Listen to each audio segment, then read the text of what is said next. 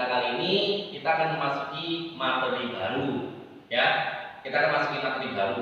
Materi kemarin kan yang berhubungan dengan if tunggal maupun if berganda. Kali ini kita masuk materi baru.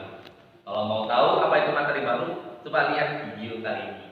Nah, sebelum kita memulai, Bapak ingatkan terlebih dahulu, ingat jaga kesehatan ya, jaga diri kalian semua. Karena Bapak gak mau kalian dalam keadaan sakit, sehat-sehat terus. Bapak Ibu guru semua di sini merindukan kalian, sangat merindukan kalian. Bapak yakin kurang lebih kalian juga seperti itu. Namun jika kalau kamu sakit, gak bisa hadir ke sekolah, ya semakin lama lah kita jumpa. Ya, Bapak Ibu guru semua kangen sekali sama kalian. Oke, tetap perhatikan apa yang Bapak sampaikan. Jaga jarak, jaga kesehatan, dan selalu berada di dalam rumah. Jika tidak ada hal-hal yang penting, jangan sampai keluar rumah ya. Oke, kita lihat video kali ini. Baiklah, materi kita berikutnya adalah materi mengenai lookup. Materi ini kita pelajari setelah kita mempelajari mengenai materi if tunggal dan materi if berganda.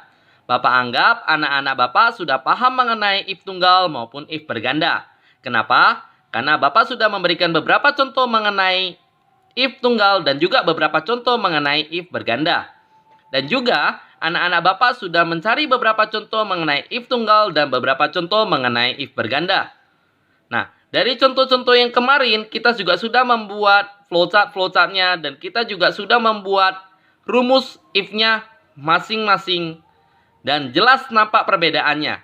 Nah, Bapak rangkum mengenai pertemuan yang kemarin sebelum Bapak bahas mengenai materi lookup.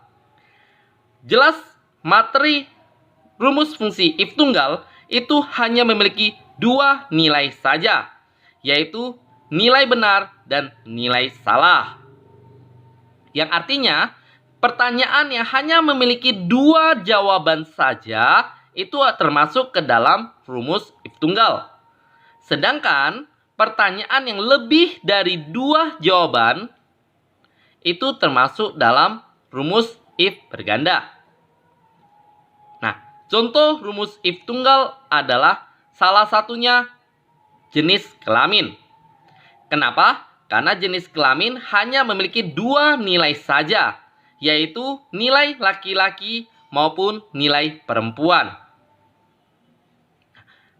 Sedangkan contoh if berganda, kita dapat menyebutkannya adalah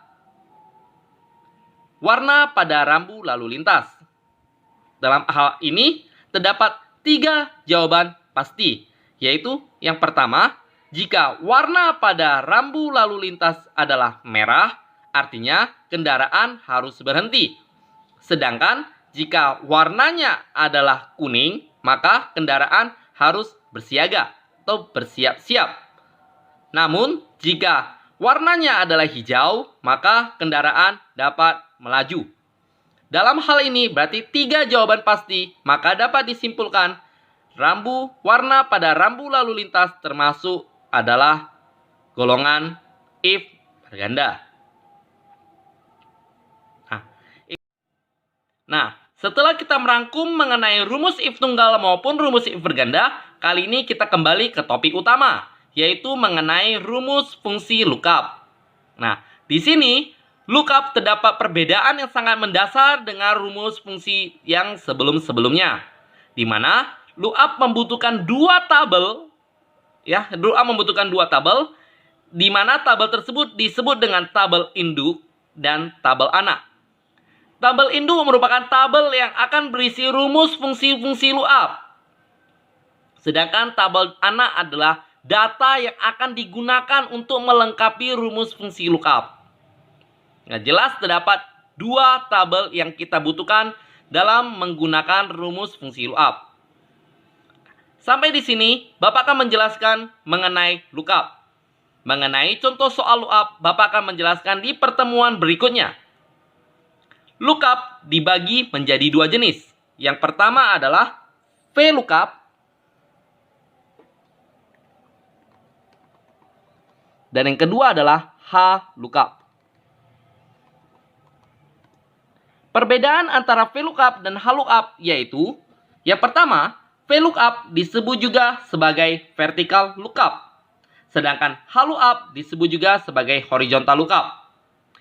VLOOKUP memiliki data anak yang sifatnya menurun ke bawah atau bersifat vertikal, sedangkan HLOOKUP memiliki data pada tabel anak sifatnya adalah menyamping ke kanan atau disebut dengan horizontal. Kemudian, VLOOKUP menggunakan kolom, sedangkan HLOOKUP menggunakan baris. Nah, di sini saja terdapat beberapa perbedaan antara VLOOKUP dan HLOOKUP. Kemudian, VLOOKUP dan HLOOKUP jelas sangat mencolok dalam rumus fungsinya. Kita akan bahas satu persatu mengenai rumus fungsi VLOOKUP. VLOOKUP. Ingat, semua rumus fungsi selalu dimulai oleh tanda sama dengan. Kali ini kita akan membahas satu persatu mengenai VLOOKUP. VLOOKUP. VLOOKUP di sini terdapat lookup value, table array, column index number, range lookup. Bapak akan menjelaskan satu persatu apa yang dimaksud dengan lookup value. Lookup value adalah nilai yang akan dicocokkan antara tabel induk dengan tabel anak. Table array adalah isi dari tabel anak. Sedangkan kolom index number adalah kolom yang akan ditampilkan. Nah, itulah rumus mengenai VLOOKUP.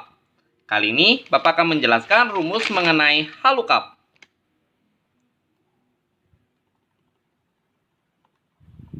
HLOOKUP.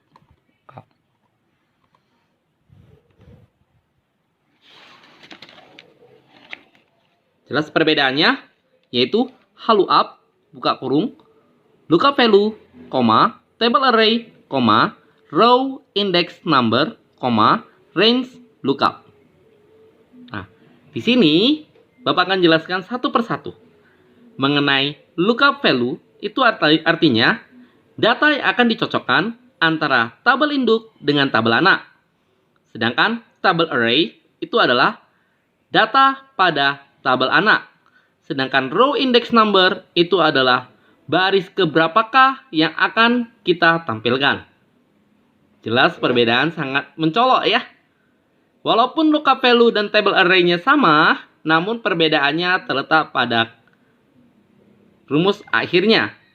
Untuk VLOOKUP yaitu column index number, sedangkan untuk HLOOKUP yaitu row index number. Row itu artinya baris. Nah, setelah kita membahas mengenai VLOOKUP maupun HLOOKUP, ada beberapa soal yang akan Bapak berikan kepada anak-anak Bapak. Yang pertama adalah sebutkan dua jenis lookup. Yang kedua, jelaskan apa yang dimaksud dengan VLOOKUP dan HLOOKUP.